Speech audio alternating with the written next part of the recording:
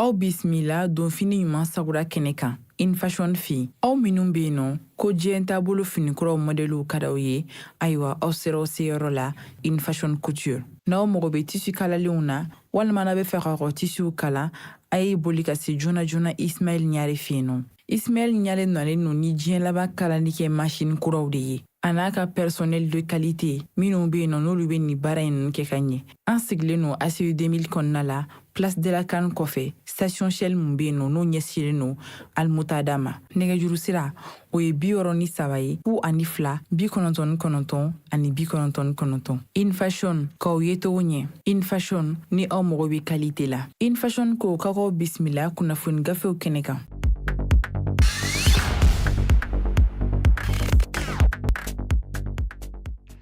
Joliba jabarani filɛbaw ani Joliba FM lamɛnbaw Mali kɔnɔ ani Mali kɔkan, an ka foli b'aw ye ko kura ka yira la k'a fɔ aw fɛn fɛn sɔgɔlen ba an na nin waati in na min ye an ka bɔlɔlɔ sira ye, an ka foli b'aw ye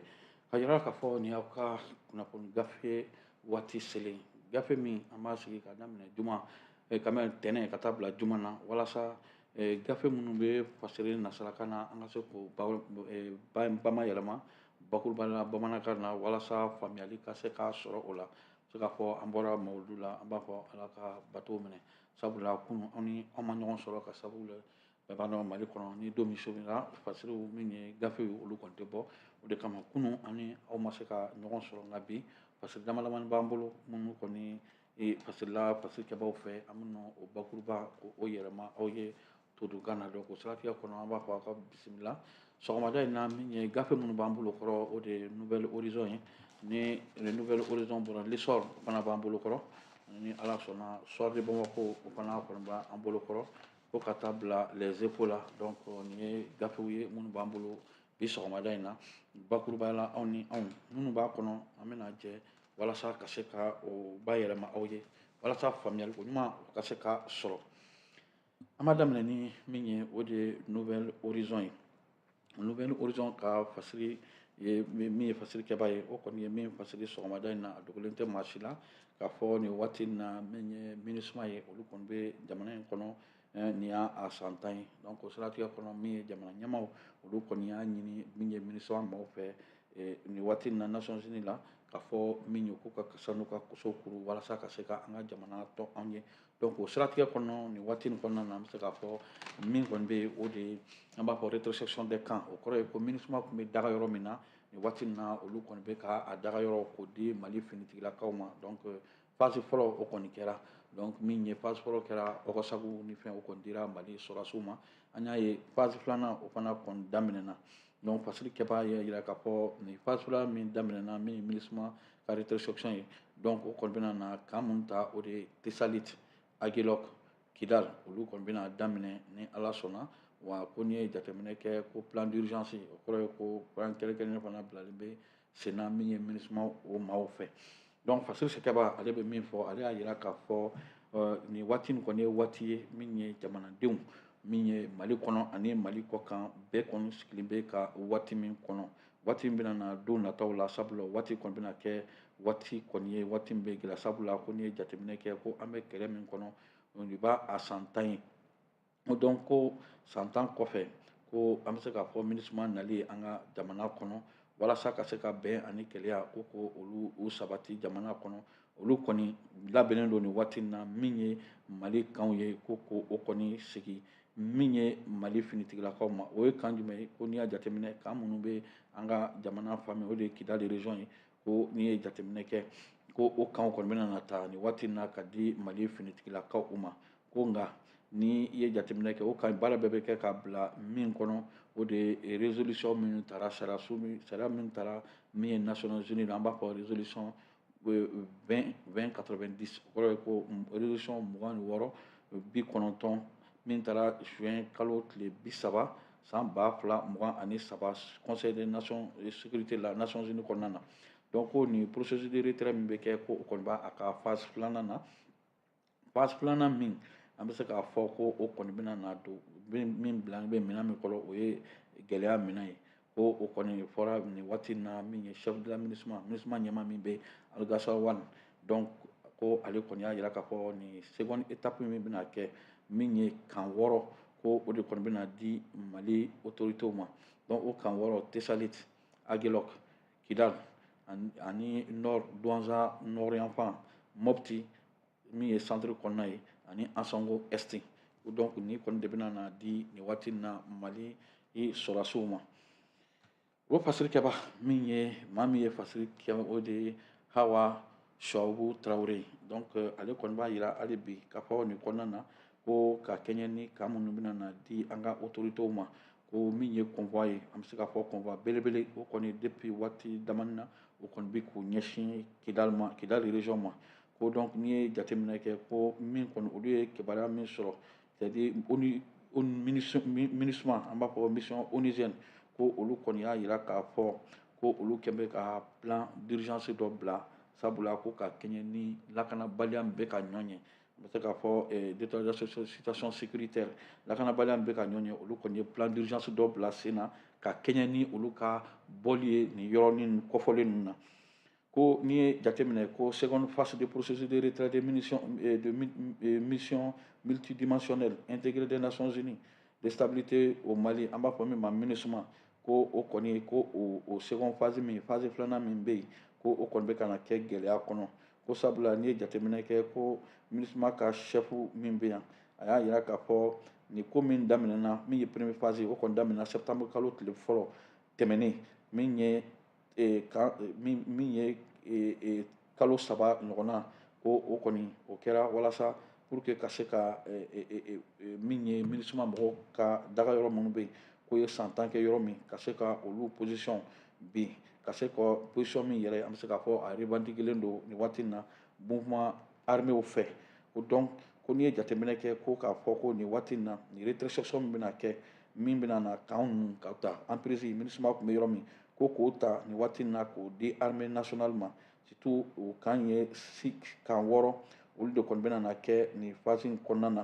n y'a yira fɔlɔ kuma ɲɛbila la k'a fɔ Tessalit, Aguelok, Kidal donc ko olu kɔni bɛna na kɛ walasa ka se k'a di ma olu de bɛna na nin waati in na k'a di finitigilakaw ma min ye Mali finitigilakaw ye ko donc kabini nin rétrocession kɔni fɔra k'a fɔ armée malienne ko o kɔni depuis août kalo tile 13 tɛmɛnen ko min ye BER kan ye min bɛ Tombouctou région kɔnɔna na ko kabini o kɔni dira an bɛ se k'a fɔ o kɔni o kɛra gɛlɛya ye min ye finitigilakaw ani mouvement armé an bɛ se k'a fɔ gatu terroristes olu kɔni ɲɔgɔn cɛ ani mouvement de l'unité de l'Azawad SEMA ko olu kɔni an bɛ se k'a fɔ a kɛra gɛlɛyaba ye ni mɔgɔ ni cɛ ko don o don ko kura don o don min ye wulikajɔ ye min ye kɛlɛw ko o de bɛ ka kɛ donc ko n'i ye jateminɛ kɛ donc k'a fɔ ko nin waati in na min ye Kidal kan an bɛ k'an kɔtɔrɔmatɛn walasa ka se o yɔrɔ in na sabula o kan minnu bɛ yen o fana kan ka se ka di nin waati in na Mali finitigilakaw ma ko donc ko n'i ye jateminɛ kɛ nin ko in bɛɛ la ko chronogramme min kɛra an bɛ se k'a fɔ retraite kalo 6 kɔnɔna na min kɛra min ye an bɛ se k'a fɔ retraite k'a fɔ o kan bɛna na taga di min ye finitigilakaw ma ko donc n'i y'o jateminɛ ko o kalo 6 in kɔnɔna na an bɛ se k'a fɔ ko mɔgɔ caman bɛ k'i jira k'a fɔ est ce que gɛlɛya tɛna ye a ko kɔnɔna na sabula ka kɛɲɛ ni maa minnu bɛ yen san 10 minɛn minnu sigira san 10 kɔnɔna na dɔw k'a fɔ kalo 6 kɔnɔna na k'a fɔ o hokumu kɔnɔna na dɔrɔn ko ka o minɛnw k'olu cɛ teliyala kalo kɔnɔna na ko a bɛ sɔn ka kɛ gɛlɛya ye nin waati in na sabula n'i ye jateminɛ kɛ minɛn minnu bɛ yen min ye kɛlɛkɛminɛn girinw ye ka fara ko wɛrɛw kan ko ko k'a fɔ kalo 6 kɔnɔ ko na bɔ ko kɔni bɛna na kɛ gɛlɛya ye ka sabula n'i ye jateminɛ kɛ nin ko in na musakako fana a tɛ taa ko o dan kɛ ka kɛɲɛ ni nin waati in fana na wulikajɔ minnu bɛ ka kɛ banbaciw fɛ ko nin ko in bɛɛ ka jateminɛ kɛ ko o bɛ sɔn ka kɛ gɛlɛya ye nka ko o bɛɛ la ko min ye ONU ka porte-parole ye secrétaire général ka porte-parole Nations Unies la monsieur Stéphane Dujarric ko ale fana y'a jira k'a fɔ ko nin ko in bɛɛ bɛ ka kɛ nka en même temps ONU min ye Nations Unies ye olu kɔni kɛ bɛ nin waati in na ka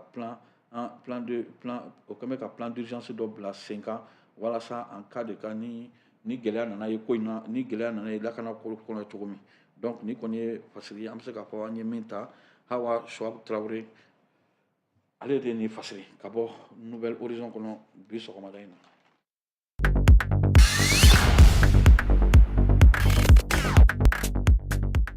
o nouvelle horizon kelen min ye Moribafin Kamara ye ale kɔni bɛ fasiri min na nin waati in na a y'a jira k'a fɔ an bɛ min na o de ye mawulidu ye sabula mawulidu hukumu kɔnɔna na ale y'a jira k'a fɔ min ye Sheikh Haruna Sangare ye ale ye nin waati in na an bɛ se k'a fɔ olu ye maire ye Wankoro maire de don wa n'i ye jateminɛ kɛ Sheikh Ɲasu fana ka Tijaniya maa dɔ don mawulidu kɔnɔna na ale ye kɛnɛ sigi kɛnɛ min kɔnɔna na a kumana a ye a jira k'a fɔ o kɛnɛ kɔnɔna na k'a fɔ ko nin waati in kɔnɔna na n'ale bɛna kuma min na lakanabaliya sabula n'i ko lakanabaliya a dogolen t'a la sabula ale ye maa ye min kɔni bɛɛ b'a dɔn Haruna Sangare ale ka dugu bi wa lakanabaliya ɲɔ ɲɛlen don yen kosɛbɛ sabula waati tɛmɛnen bɛɛ b'a dɔn a tun bɔra ka kuma donc o siratigɛ de kɔnɔ fasirikɛbaa b'a jira k'a fɔ a ye kuma daminɛ ni min ye ka Ala barikada ka Ala fo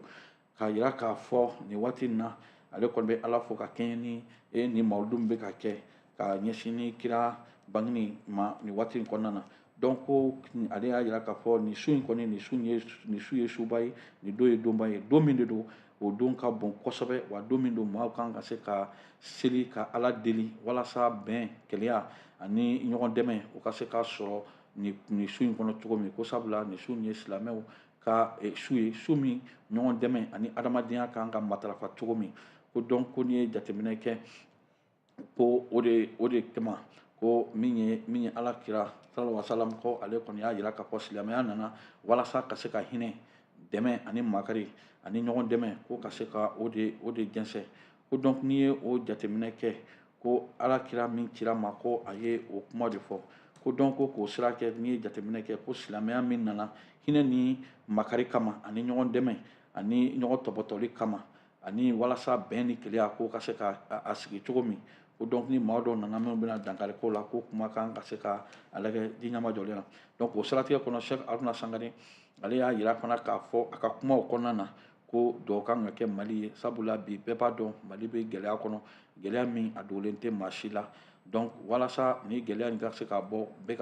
ka se ka dugawu kɛ nin su in ye ka ɲɛsin jamana ma wa ko n'i ye jateminɛ fana kɛ a ka kuma kɔnɔ a y'a jira k'a fɔ n'i y'a ye nin waati in na ko an bɛɛ b'an da an ka kungodɔnnaw kan an tulo fila dalen bi ko o tɛ dɔwɛrɛ ye koyi ko maa dɔw de bɛ yen minnu sɔnna k'u ka sow bila k'u ka musow bila k'u denw bila walasa ka se ka o disi da jugu disi la walasa anw ka se ka sunɔgɔ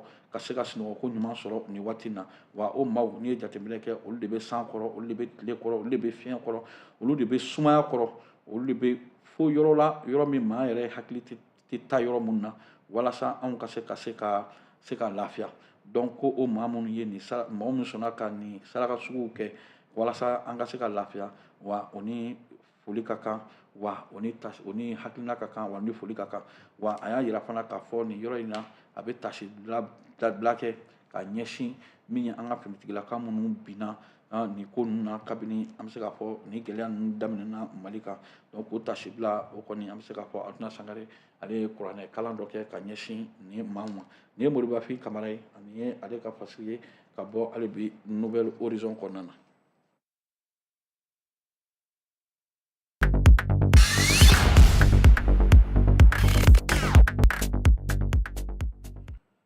Mamani Ture ale ye min fɔ an bɛ se k'a fɔ an bɛ taa nin waati nin na min ye kɔrɔnyan fan fɛ ka kɛɲɛ ni lakanabali bonyaku ye min ye nin waati in na ale y'a jira k'a fɔ min ye banbaciw ye olu kɔni donnen bɛ kunnafoni sugu dɔ la min ye Burɛmu walasa ka se ka jamanadenw k'u papa o hakili la ko o siratigɛ de kɔnɔ ko min ye Burɛmu ye ko n'i ye jateminɛ kɛ ko ka kɛɲɛ ni olu ye kunnafoni min sɔrɔ ka bɔ yen ko min ye Burɛmu ye ko k'a jira k'a fɔ ko nin waati in na ko min ye banbaciw dɔw ye k'olu kɔni olu n'u jɛɲɔgɔn dɔn k'olu kɔni tun taara Burɛmu sugu bɛɛ b'a dɔn o sugu kun falen don tɛn o dɔn ko kɔni taara kunnafoni jugu dɔ cari k'a jira k'a fɔ ko min ye banbaciw ye k'olu kɔni bɛna wulikajɔ kɛ ka ɲɛsin Burɛmu dugu ma ko o waati o y'a sɔrɔ an bɛ nɛgɛ ɲɛ 10 ɲɔgɔn bonyaku la sɔgɔma min ye sugu kɔni o kun falen don tɛn i n'a fɔ dakɔnɔɲi ko o kuma fɔlen ko o ma daga belebeleba kɛ ko jamana min ye sugukɔnɔmaw k'olu kɔni olu kɔni bɛɛ kumasera k'i yɛrɛ ta kelen ko parce que bilen ye jateminɛ kɛ wulikajɔ dɔ kɛra nin waati in na ka nin dugu kofɔlɔ in k'o sɛgɛrɛ ko o siratigɛ kɔnɔna na sugu kɔni ko o sina ko o vide c'est à dire sugu videra maaw fana min ye parents dɔw olu kɔni wulila ka taa ka wulikajɔ kɛ ka taa o denw olu ta min ye ekɔlisow la ko yanni o cɛ dɔrɔn ko i b'a ye waati kunkurunin kɔnɔ ko min ye sugu kɔni ye ko o kɔni videra dugu kɔni kɛra tɛn i n'a fɔ kaburudenw ko sabula kunnafoni min carila ka kɛ banbaciw fɛ ka yala fo dugu bi bɛna na kɛ dugu kan ko nka ala barika la foyi kɔni ma se ka kɛ donc ko o siratigɛ kɔnɔna na min ye fasilikɛba ye ale kɔni b'a jira k'a fɔ min ye finitigilakaw ani légitimité traditionnelle min ye maakɔrɔw minnu bɛ jamana kɔnɔ yen nɔ ko olu ka fɛɛrɛ kɛ walasa ka se ka wulikajɔ kɛ wulikajɔ min bɛ kɛ sababu ye jamanadenw olu hakili olu ka se ka sigi kɔrɔ ka kunnafoni di walasa jamanadenw hakili olu ka se ka sigi ka kɛɲɛ ni nin kuma fasugu minnu bɛ kɛ walasa ka se ka jamanadenw olu kɔni hakili wuli donc nin tun ye fasili ye an ye min bɔ horizon kɔnɔ min fasilila Mahamani Ture fɛ nin waati in na.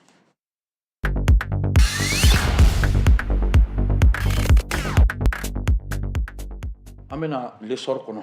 lesɔri ye mun fasiri lesɔri kɔni ka fasiri ɲɛbila a y'a jira k'a fɔ mun de bɛ mun ka ɲi ka tɛmɛ k'a fɔ mali armée k'olu kɔni sera k'u sen da mali dugukolo fan bɛɛ kan ko n'i ye jateminɛ kɛ ko nin ko in kɔni nin processus de sécurisation min bɛ ka kɛ jamana kɔnɔ min ye an ka finitigilakaw ye o kɔrɔ ye ko wulikajɔ min bɛ ka kɛ an ka finitigilakaw ye ko o kɔni tɛ don wɛrɛ kɔnɔ o kɔni bɛ ka don minɛn min kɔnɔ o ye mali ka keleya ani a ka yɛrɛsɔrɔ ko a bɛ o kɔnɔna de la ko o kɔni ni mise en point min kɛra nin kunnafoni kɔni dira min ye araba tɛmɛnen min ye diriba ɲɛma ale kɔni ka kunnafoni hukumu kɔnɔna na min ye Sulemani Danbele colonel major Sulemani Danbele ko ale kɔni y'a fɔ ko donc ko nin baara nin bɛɛ bɛ don o miiriya ni o hakilina de kɔnɔna na wulikajɔ min bɛ ka kɛ nin waati in na finitigilakaw fɛ wa o jɔlen don wa o hakiliw ni di walasa jamanadenw ani o bolominɛw olu ka se ka lakana cogo min a y'a jira k'a fɔ mais mun bɛ ɲɛ ka tɛmɛ k'a fɔ ko min ye jamana armée ye o ka se k'i sen da mali territoire fan bɛɛ kan walasa ka se ka lakana ka se ka o sabati ani min ye ka se ka an ka frontière ko o kɔlɔsi ko nka min yɛrɛ bɛ dabalibako ye nin ko in na ko an ka finitigilakaw minnu bɛ ka wulikajɔ kɛ bi walasa ka se ka jamana ko o fan bɛɛ ka se k'o lakana ko o sécurisation bɛ ka kɛ kabako ye maa dɔw fɛ surtout min yɛrɛ ye ko in yɛrɛ dabalibako ye ko min ye groupe armé min ye signataire min ye bololaɲɔgɔn don min ye bɛnkan sɛbɛn min kɛra an ni olu ɲɔgɔn cɛ ko caman bɛ ka jira k'a fɔ ko min ye an ka finitigilakaw ye ko olu kɔni k'olu bɛ ka wulikajɔ de kɛ kute walasa a se ka dankari ko la nka n'i ye jateminɛ kɛ nin passion min bɛ yen min groupe armé o b'o bolo o kɔni kɛra fɛn dɔ ye min ye an bɛ se k'a fɔ ko k'o interdit min ye an ka finitigilakaw ye k'u k'u u sen don min ye jamana fan dɔ ye surtout yɔrɔ min olu yɛrɛ kɛn bɛ ka kɛ u ka daga yɔrɔ ye yɔrɔ min an bɛ se k'a fɔ o bɛ mali kɔnɔ ko donc ko nin ko ninnu kɔni kan ka kɛ surtout waati min nin yɔrɔ kɔfɔlen ninnu ko olu kun kɔlɔsilen bɛ min ye MINUSMA fɛ nin waati nin bɛɛ la yanni an bɛ se k'a fɔ olu kɔni ka tagali bolodali ni ɲɔgɔn cɛ donc ko n'i ye jateminɛ kɛ ko o waati kɔnɔna na o kɛra sababu ye walasa nin groupe armé ninnu ka se ka to waati jan nin yɔrɔ in na min ye groupe armé terroriste ye olu kɔni ka se ka o dagayɔrɔ kɛ nin yɔrɔ kɔfɔlen ninnu na yɔrɔ minnu an bɛ se k'a fɔ mali kun tɛ nin waati ninnu kɔnɔna na nka o siratigɛ kɔnɔ ko min ye mali finitigilakaw ye olu kɔni kɛn bɛ ka wulikajɔ kɛ donc nin waati min olu ye nin waati jan kɛ o waati kɔnɔna o kɛra sababu ye min ye ka se ka min ye sahel min ye cɛncɛnfuga olu don nin gɛlɛya kɔnɔna na donc fasilikɛba b'a jira hali bi k'a fɔ munna nin ko in min ye deuxième phase de restitution des camps ye min ye phase filanan min kan ka kɛ sababu ye mali armée ka se ka a sen don mali fan bɛɛ surtout MINUSMA tun bɛ daga yɔrɔ min na ka se k'o ta munna o ko kɔni kɛn bɛ bi nin processus in kɛn bɛ gɛlɛya ye ko n'i ye jateminɛ kɛ ko a tɛ ko wɛrɛ kofɔ koyi ko sabula banbaci ninnu n'i ye jateminɛ kɛ o tun bɛ position minnu na surtout position minnu tun b'o bolo o tun kɛn bɛ sababu ye walasa ka ko nasugu bɛɛ kɛ nin zone ninnu kɔnɔna na donc o de kɛn bɛ sababu ye i n'a fɔ trafic jugu ni i bɛ se k'i hakili jigin fɛn fɛn na ko o kɛn bɛ ko o kow bɛɛ kɛ surtout trafic minnu bɛ taa min ye adamadenw k'olu minɛ k'u feere min ye maramafɛnw carburant a n'a ɲɔgɔnna caman ko o de tun kɛn bɛ sababu ye ka kɛ nin zone min kɔnɔna na donc n'a fɔra ko finitigilakaw bɛ kɛ taa yɔrɔ la o ko bɛ kɛ gɛlɛya ye donc sabula dankari bɛna kɛ nin ko ninnu bɛɛ la ko o de kosɔn n'i ye jateminɛ kɛ ko min ye an ka faamaw ye hali k'a fɔ ko mariti tɛmɛnen dɔrɔn ko olu kɔni kɛra sababu ye u ka baaraw kɔnɔna na ko banbaciw ye wulikajɔ kɛ walasa ka ɲɛsin o ma mɛ ala barika la olu sera ka o min ye unité ninnu ye o sera ka attaque explosive ninnu improviser ko o sera ka o repousser surtout n'i ye jateminɛ kɛ attaque min kɛra nin waati in na IED min kɛra Tɔnbɔkutu ni Bɛri cɛ ani kɔfɛ attaque 2 kɛra Gawo ni ANEFIF cɛ ani wɛrɛ kɛra tuguni Gurumakura ani Nampala cɛ Serre de Ɲoro ni tun ye fasiri ye min bɔra Masa Sidibe yɔrɔ ka bɔ Nouvelle Horizon na sɔgɔmada in na.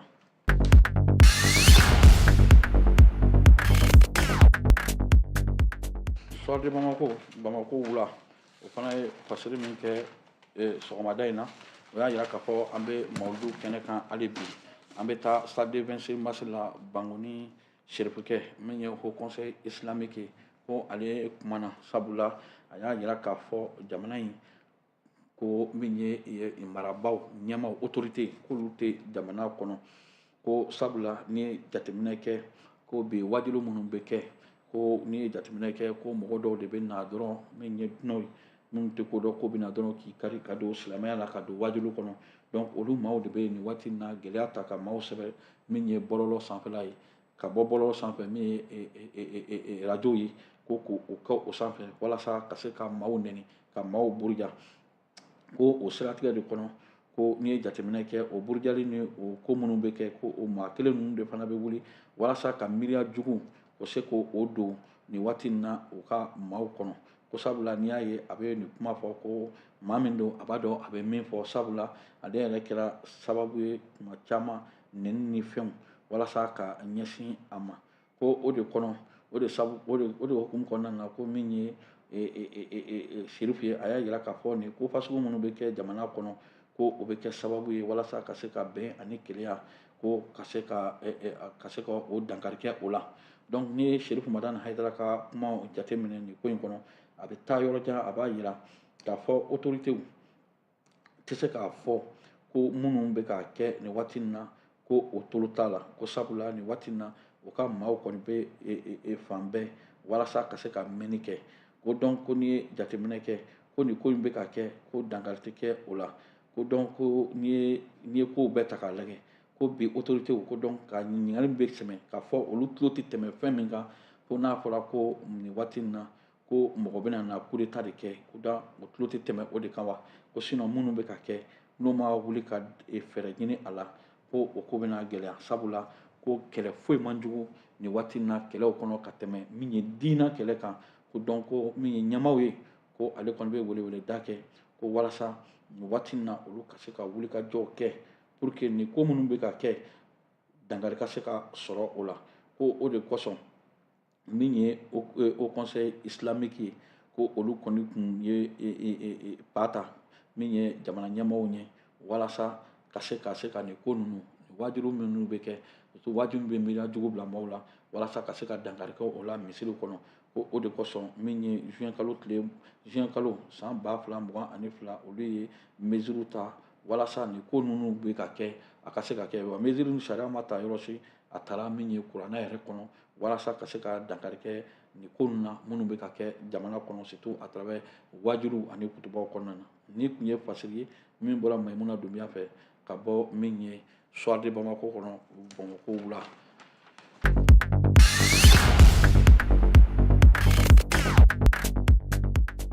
nin waati in na an bɛ taa les Échos kɔnɔ les Échos ye fasiri min kɛ bi sɔgɔmada in na o de ye ka yira k'a fɔ les acteurs kalanso olu kɔni y'a yira k'a fɔ nin waati in na min ye kalanso ɲɛmaaw ye olu y'a yira k'a fɔ olu bɛna fɛɛrɛ bɛɛ kɛ walasa ɲinan kalan o ka se ka kɛ kalan ye min ye san min kɔni an bɛ se k'a fɔ girigara ka na kɛ kalansow kɔnɔna na ko n'i ye jateminɛ kɛ ko octobre kalo tile fila san 2023 ko min ye ekɔlidenw kɔni ye olu kɔni ye kilasi siraw kɔni sɔrɔ nin waati na Bamako ani Bamako kɔkan donc ko n'i ye jateminɛ kɛ ko o kɔfɛ ko o kɔni kɛra waati ye waati min an bɛ se k'a fɔ min ye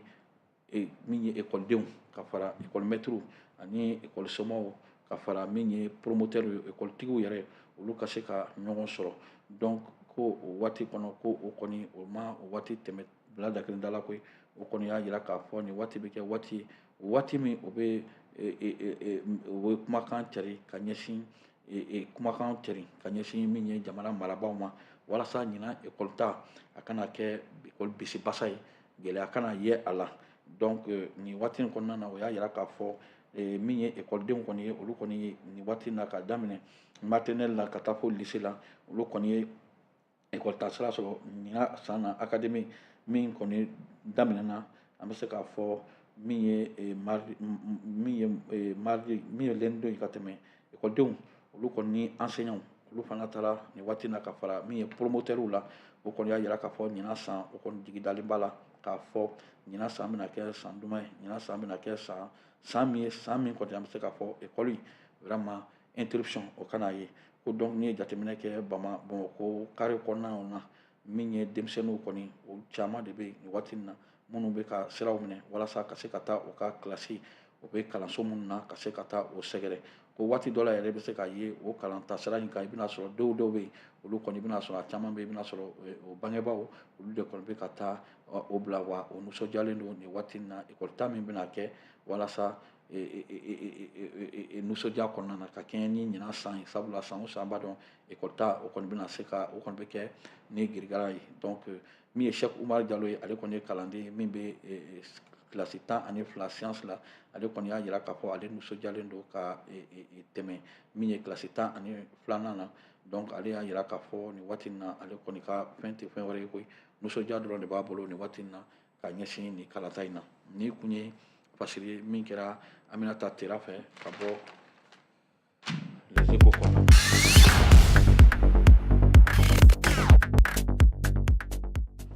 Donc n'i ma fili waati min dira ma n'i ma fili o waati kɔni kɛrɛfɛ ka se donc nin ye bi kunnafoni gafew ye gafe minnu tun b'an bolo walasa ka se ka a kalan aw ye bamanankan na bakuruba la an ye min sɔrɔ k'a di aw ma bi tile kɔnɔ o de ye nin ye an b'a fɔ ni ala m'an ka jɔnya juru jira an na n'ala sɔnna sini an bɛ ɲɔgɔn sɔrɔ yan nin waati kelen na ni gafe min kɛra bɔ waati an bɛna o lase aw ma a tɛ bɔ kuma kɔnɔ ka sɔrɔ an b'an ka technicien fo min ye nin waati in na Isu Sangare Lamine cɛganakuntigi min Augustin